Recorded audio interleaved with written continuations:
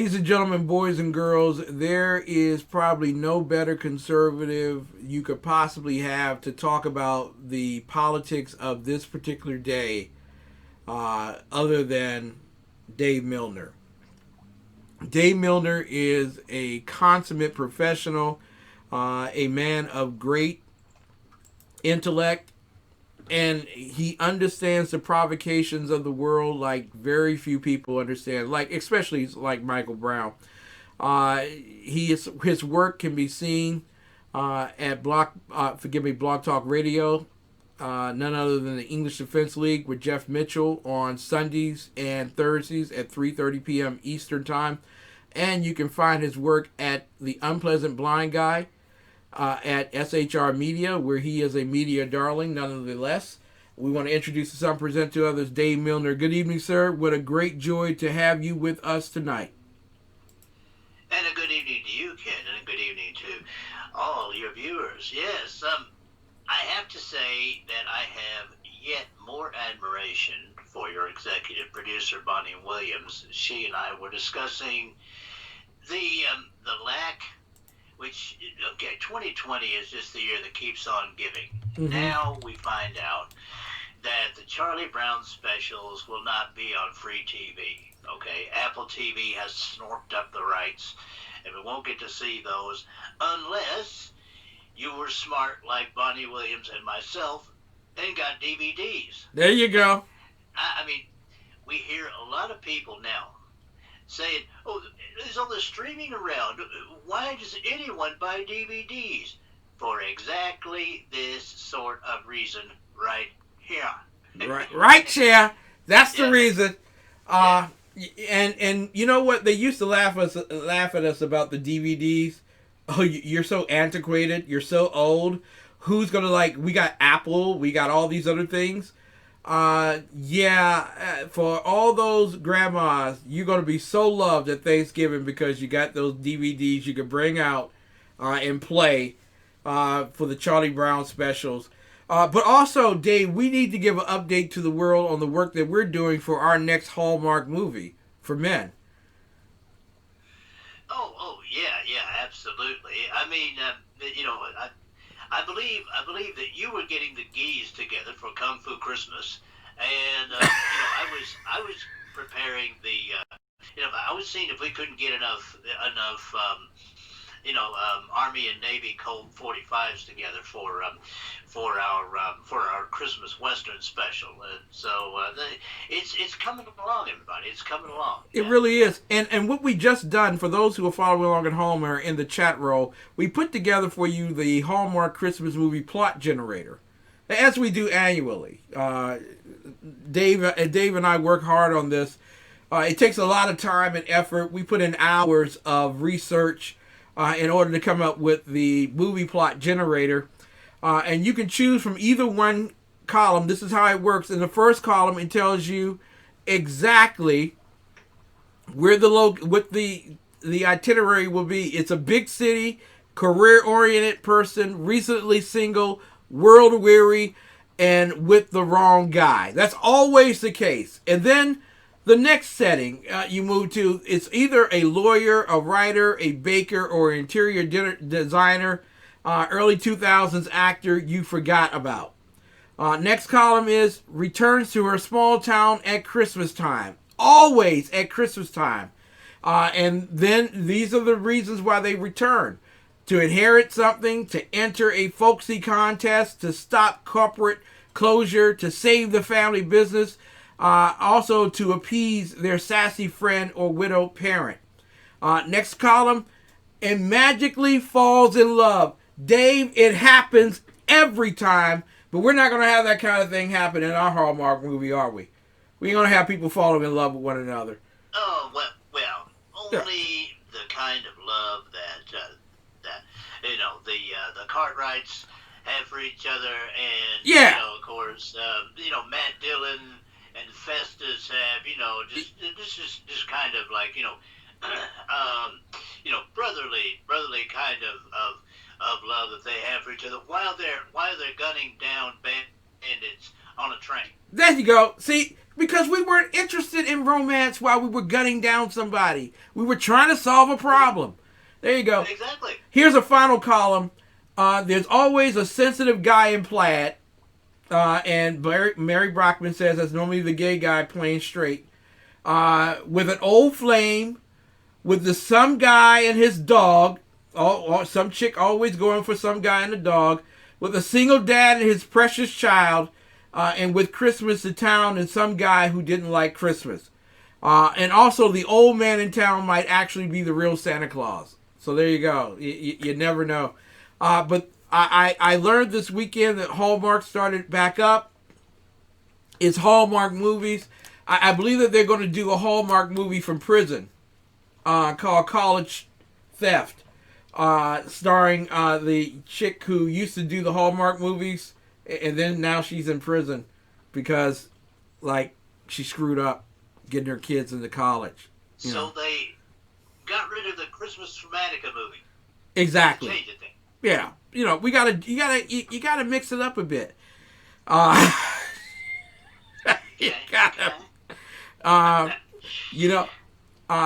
The first gay holiday film will feature Fran Drescher.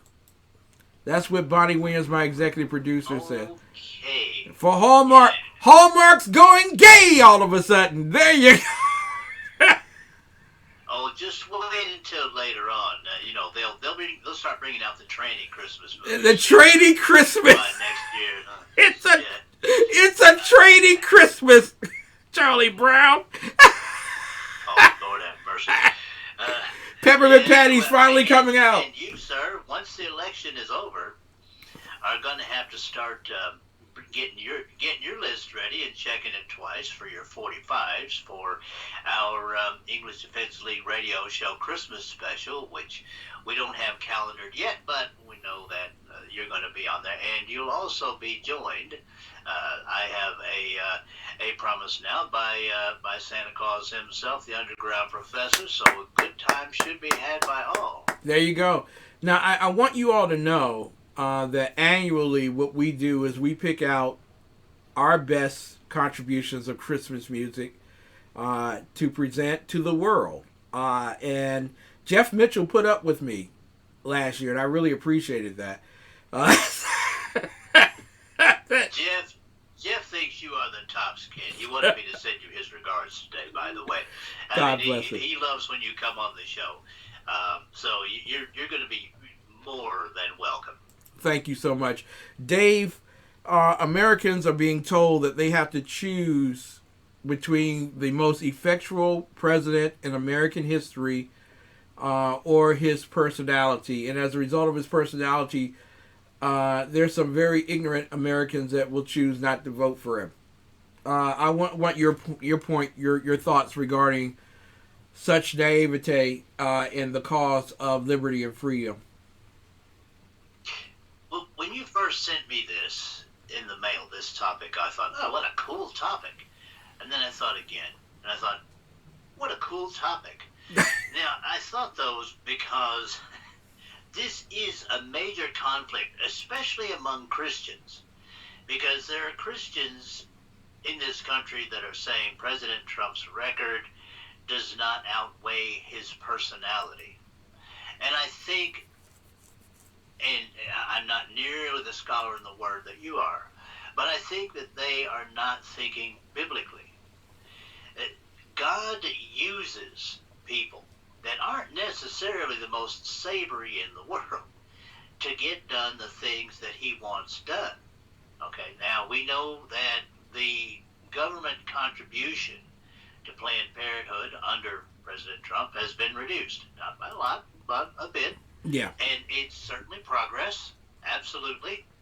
Okay, we also know that our embassy is moving in Jerusalem now, in Israel. And we also know that Israel is entering into accords with Arab nations, peace accords, and that has not been done before. All right, we also know that critical race theory, which in my opinion is very anti-Christian, is no longer being hyped in government positions. All right, these are the kinds of policies that, in my opinion, people should look at instead of looking at the personality that is at the top when it comes to those policies. Mm-hmm.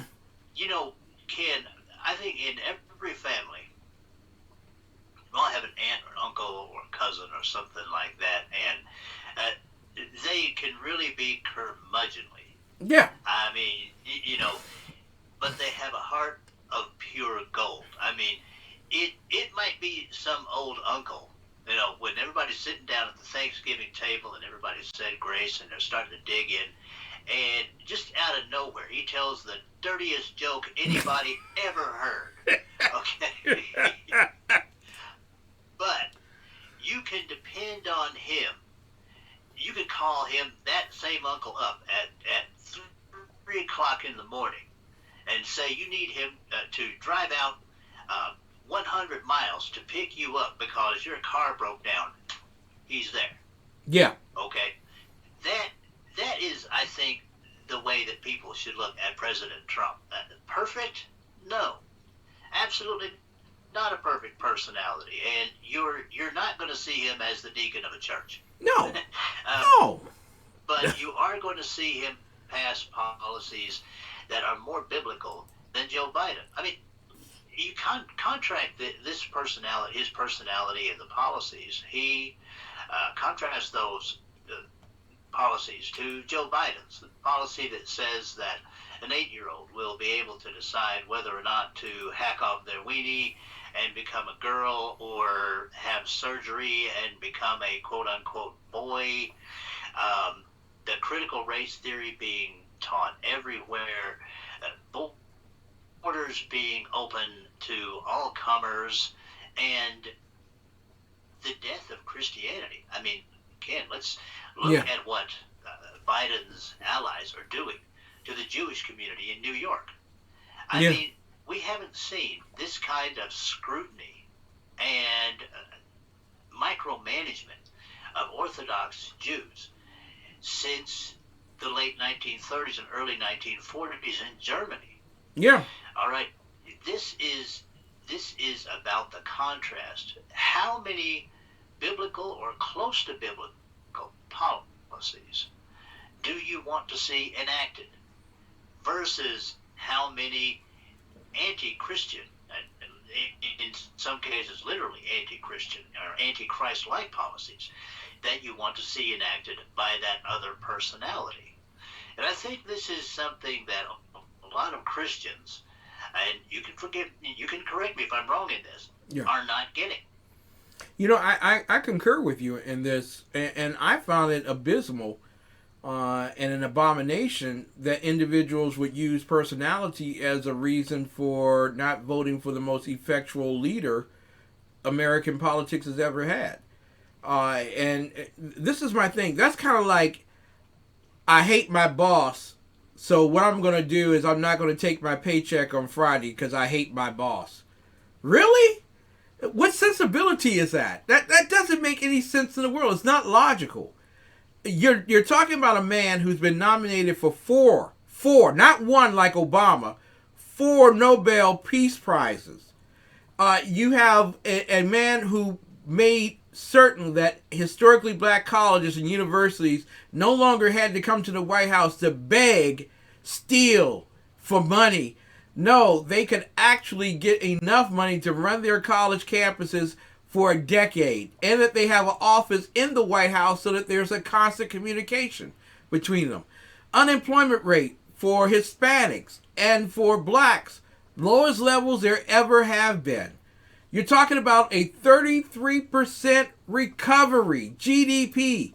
33% never happened in world history, at least in the United States of America. You have a man who's completely rebuilt the military so that soldiers don't have to wear panties and high heels to feel like a woman. They can actually fight like men.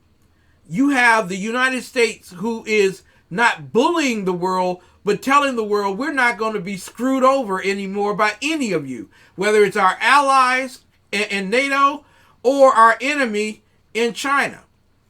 You have someone who's worked out a trade agreement with Canada and Mexico to make certain that there is great pay for people in Mexico, number one. Number two, that our agricultural goods can finally get into Canada without excessive taxes.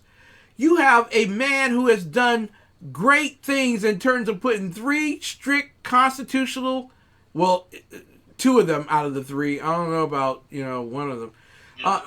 But two out of the three are the strict constructionists that we needed to turn over the courts away from the politicization of Chief Roberts and turn it into a court that Clarence Thomas would love to serve on. You have watched this man get COVID-19 and in 3 days gets up out of the bed and is ready to campaign again. He believes in an America that can. A yes, we can, and yes, we will, and a yes, we've done it before, and the yes, we'll do it again, America. While you have another guy who's looking for the dark winter. Come on, why do you want to vote in Darth Vader? It doesn't make sense to me. Well, I love that Star Wars analogy, by the way. It's well, actually, you know what? If you're going to go Star Wars, Biden is more like C-3PO, and Trump is more like Han Solo. Okay? Yeah, exactly. Biden will just go, oh no, I don't think this is good at all. I'm going to run away. And Trump is kind of like, all right, Chewie, let's get the Falcon together. We're going to fly right through this asteroid field. I mean, when it comes to personalities, yes, Trump is a forceful personality because that's just the way he's led his life. He's led his life as a forceful personality, and he's gotten things done. And sure, once in a while, I mean, come on, he does business or used to do business in New York.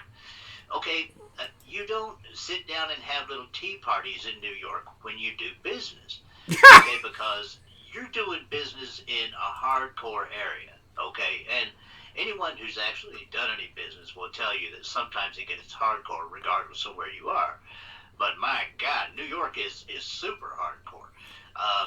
So he had to, in order to make some money, he had to do business that way, and that is the approach that he took to D.C., and it upset some apple carts. When people said, oh, well, he's not being presidential. Well, consider this question, viewers and listeners, consider this question. What's presidential? What a person says and how they say it, or the policies that they enact? Do they benefit the people, or do they not benefit the people? Is the potential there for them, if they're running for a second term, to benefit the people more, as opposed to their opponent, whose potential is to drag us back into basically what would be March? Okay, yeah. Does anybody, kid, remember like the third and fourth weeks of March when everything was shut down, when entire towns were like ghost towns? Because I do. I had to go out and have a tooth worked on at that time up here in Burlington. One of the busiest arteries in the Northeast, one of the busiest roads here, one of the busiest highways. I could have walked across it, no light, no problem. All right. If that is the choice, do you want the United States of America to ramp up to a boom town or be a ghost town? That's what people should concern themselves with. Exactly. And, I find it convoluting that individuals, and we're talking with Dave Milner, who's a conservative commentator. You can hear him on EDL, English Defense League, on Sundays and Thursdays at 3:30 p.m. on Blog Talk Radio. What I find so convoluting when I listen to the double speak of people who say, I don't like Donald Trump, so I can't vote for him.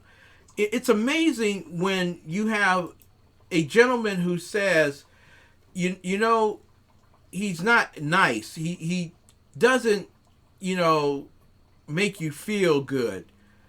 But my God, he works so hard to make certain that you live good.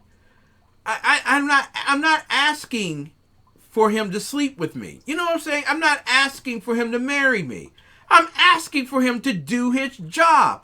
And there's no one out there to say that Donald Trump hasn't done his job. And not only has he not done his job, or at least he's done his job, he's done it at an excessively tremendous level. I feel sorry for the president that has to follow him, because you will never achieve what he's achieved in 200 years. He's done a remarkable job for this particular country. And so when I listen to people talk about the personality, you know, I go back to Barack Hussein Obama, and had a wonderful personality. Loved him. Great guy. But now you're beginning to see pictures of his daughter with Hunter Biden in a hotel room. Now you're beginning to know that Donald Trump ran against Obama and Joe because of their corrupt natures. That Barack Obama knew exactly what Joe was talking and doing with the Ukraine.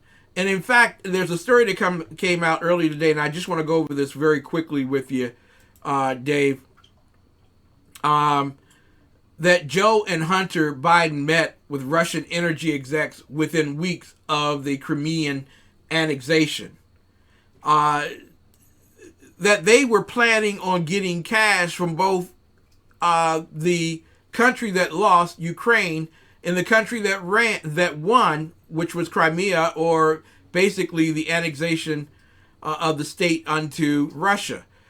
So the Russia collusion story is not about Donald Trump.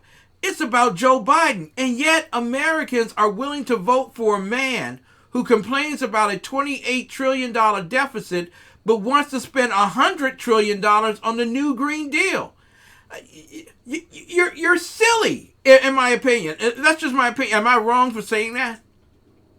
Not at all. And one of the first things that I worried about, and I'm looking at the clock too, because I know you're about to run out of time. Yeah. One of the things I worried about when the initial stimulus plan came out was, how in the heck are we going to pay for it? In fact, I said that on a special edition of The Unpleasant Blind Guy. The only way we're going to dig ourselves out of the financial crisis that we're in, because of the Wuhan virus and also because of just out of control spending from the Obama years and the Bush years and the Clinton years, is going to be with private industry. All right, that is where the real jobs are.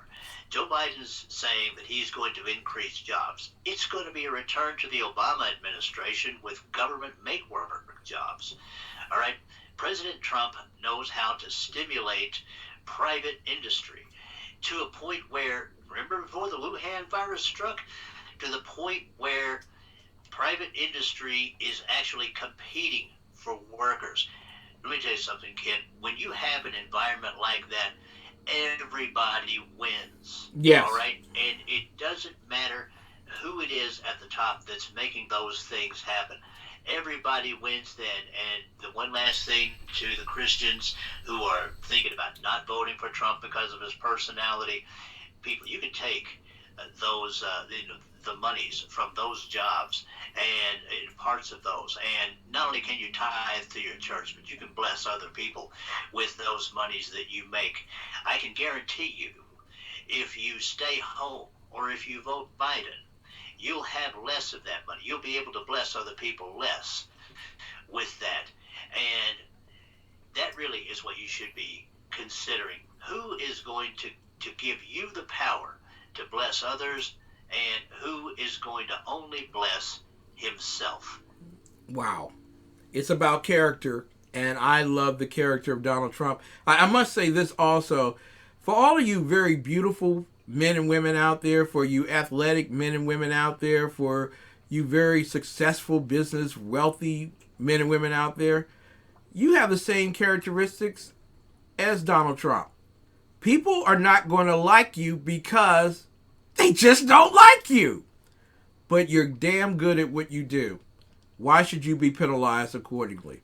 Ladies and gentlemen, Dave Milner with us tonight, conservative commentator extraordinaire. You can find him at Blog Talk Radio on Sunday at 3:30 with English Defense League. And you will find him on Tuesday night here for the election. And we're going to be working on putting together a crew of people to cover the election. Bonnie Williams, my executive producer, will step out of the executive producer lane and she will host the elections. And the reason why is because everybody says she did such a great job and nobody remembered me. Okay, so there you go. She did do a great job. She's not only lovely, she's intelligent.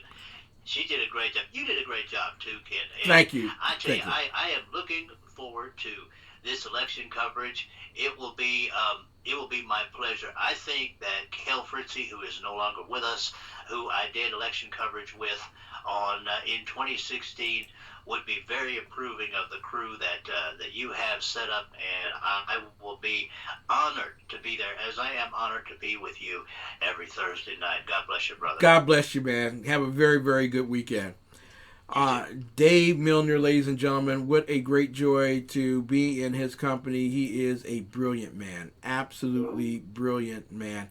Listen, ladies and gentlemen, I got to take a quick break. When I come back from that particular break, we will prepare ourselves for the late night coverage of the riots across America. Philip Fisher will be joining me, and a number of others will be joining me as we talk about what's going on in solutions for the riots across America. We're not going to be like CNN that's going to tell you that it's okay virtually to do whatever you darn well please. And if anyone speaks against you, it's racism. No, we're not going to do that. When we come back, ladies and gentlemen. Hey, so we are here at the Westgate Town Center in